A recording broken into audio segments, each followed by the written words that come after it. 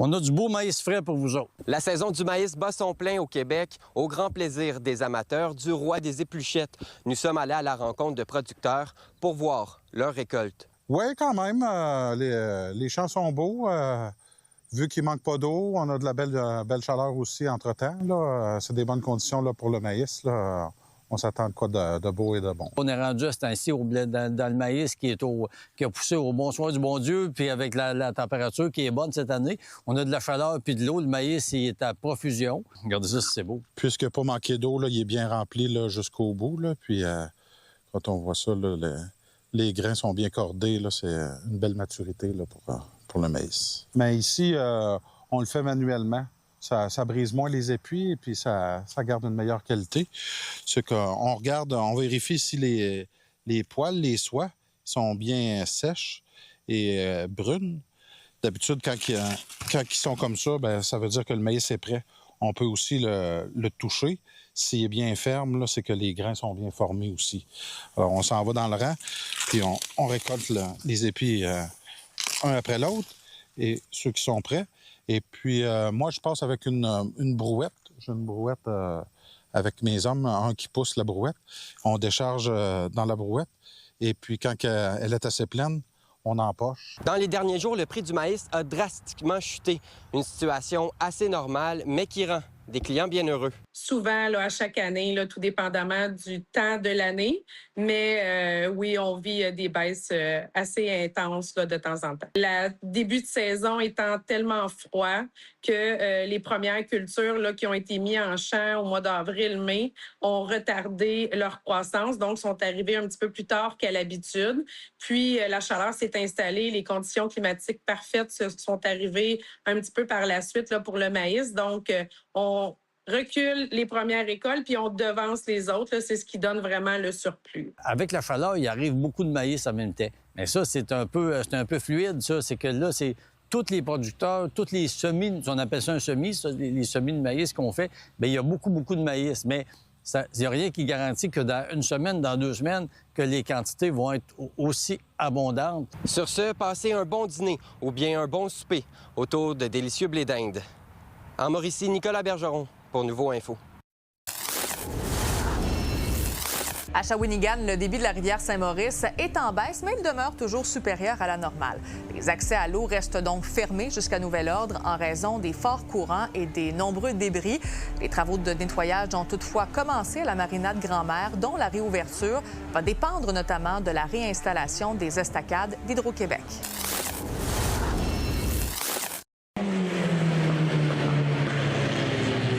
À Trois-Rivières, plusieurs attendaient ce son avec impatience.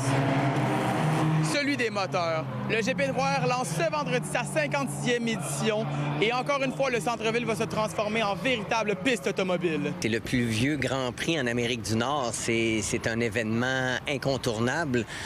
C'est une fête de l'automobile, c'est une fête de la course. Et en même temps, ça se veut un endroit où les gens peuvent voir les mécaniciens, peuvent voir les pilotes, peuvent voir les voitures de très, très près.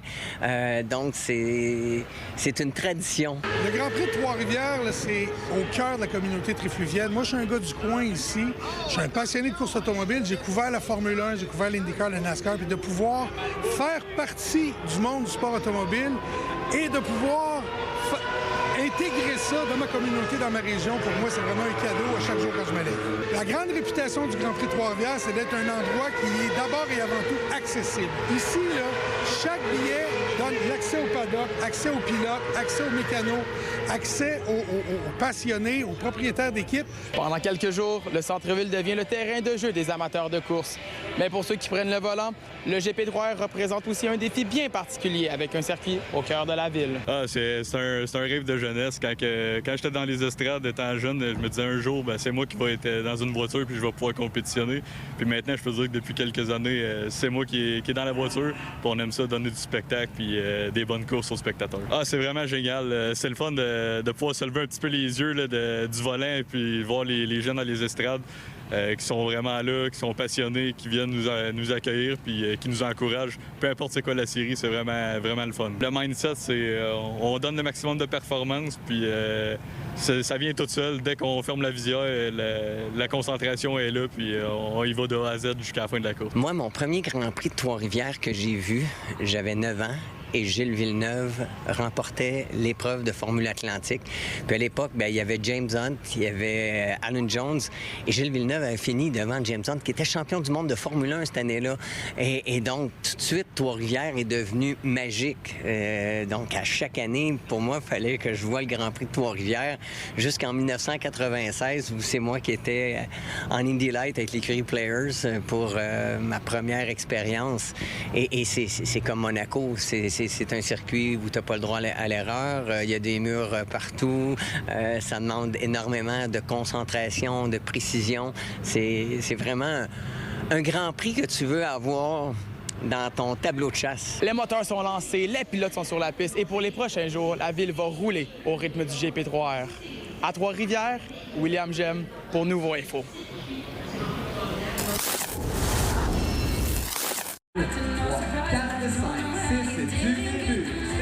Chaque jeudi soir, le quai de Saint-Angèle à Bécancour change complètement de visage. Et derrière moi, des centaines d'amateurs de danse country ont commencé à envahir la scène. Et préparez-vous à enfiler vos bottes parce que ce soir, on va danser. J'aime ça, puis c'est sur le bord de l'eau, c'est une belle vue, la vue de vers Trois-Rivières, le coucher du soleil. Écoute, le pont La Violette, en tout cas, il y a plein de raisons de venir ici. C'est l'ambiance, d'apprendre des nouvelles danses, sinon d'être entouré de mes amis qui sont derrière moi. On danse avec MAB! C'est un rassembleur, c'est le fun. C'est une bonne façon de faire du sport. Oui, puis c'est le fun. La coordination est à son plus haut. On aime ça, genre danser avec plusieurs personnes, créer des nouvelles amitiés, socialiser avec d'autres gens. Ben, c'est tout le temps ça, là. Il fait chaud, on transpire parce qu'on danse. C'est tout le temps du plaisir. Ça fait décrocher la semaine. C'est une bonne thérapie. Là, cette année, c'est une année record pour nous autres. Là. On a toujours des chiffres autour de 250-300 personnes là, qui sont là à chaque semaine. La récurrence est là. La danse country peut sembler intimidante au premier coup d'œil, mais ici, les nouveaux sont rapidement mis en confiance. Les chorégraphies s'apprennent aux côtés de passionnés, toujours prêts à donner un coup de main. Tu voulais l'essayer, hein? Ben on y va.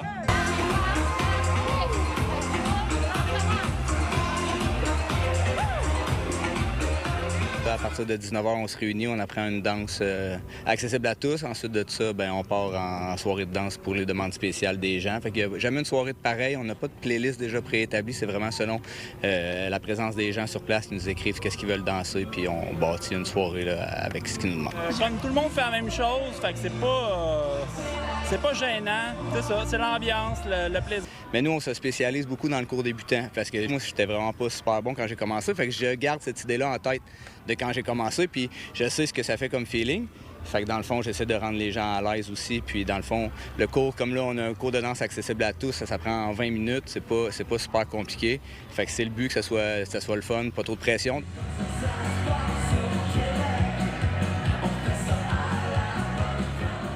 Il n'y a personne qui nous juge. Et on se trompe, c'est pas grave, on rit. C'est des générations complètes qui sont ici. J'ai du monde avec moi de 80, j'ai des amis de 20 ans ici. Fait que c'est vraiment des générations, des jeunes enfants, c'est vraiment plaisir. On a vraiment une clientèle là, qui part de 16-17 ans à 65-70 ans. Là. Fait que c'est ça qui est vraiment le fun, c'est que tout le monde puisse se réunir l'instant de 3-4 heures pour être capable de vivre la même chose, tout le monde ensemble. Fait que c'est vraiment quelque chose qui est rassembleur. Il y a des gens qui viennent d'un peu partout aussi. Les soirées au quai se poursuivront jusqu'au 24 septembre, mais la danse, elle ne s'arrête pas là. Les cours sont offerts toute l'année en salle à l'école de danse MAB. À Bécancour, Coralie Morancy, pour Nouveau Info.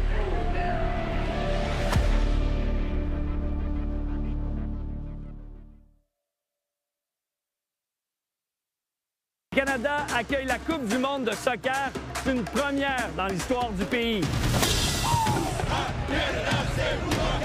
C'est un rêve. C'est les émotions, c'est la fête. That's what soccer is about. All can dream. C'est la plus grande compétition qui ait pu exister dans le monde. Mais la Coupe du monde, ça demeure un pari très audacieux, risqué, coûteux, avec ses zones d'ombre. Dites-nous combien vous avez payé pour l'ensemble. 12 000. 12 000? C'est quelques zéros. Oui, OK. Accrochez-vous, on vous fait vivre la Coupe du monde à Toronto comme si vous y étiez.